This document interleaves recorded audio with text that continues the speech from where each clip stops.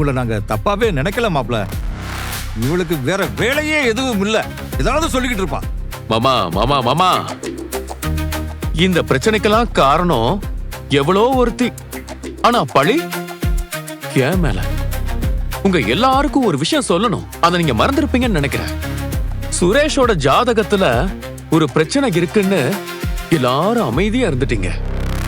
அவனுக்கு கல்யாணம் பண்ணி வைக்கணுங்கிற முயற்சியை யாரும் எடுக்கல. ஆனா நான் அப்படி இருந்தனா? இல்லையே.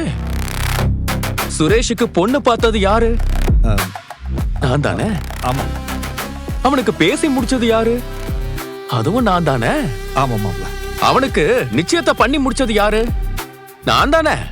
ஆமா. இப்போ அவனுக்கு வேலை விஷயமா ஓடிட்டு இருக்கிறதும் நான் தானே. இப்போ கூட அவன் வேலைக்காக ஒருத்தரை பார்க்கணும்னு கூட்டிட்டு போலான்னு வந்தா என்னை பத்தி தப்பு தப்பா பேசிக்கிட்டு இருக்கீங்க.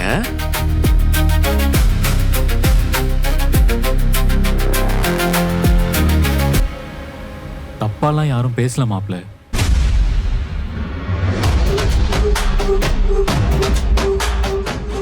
ஒவ்வொரு வார்த்தையும் என் காதுல கேட்டனே.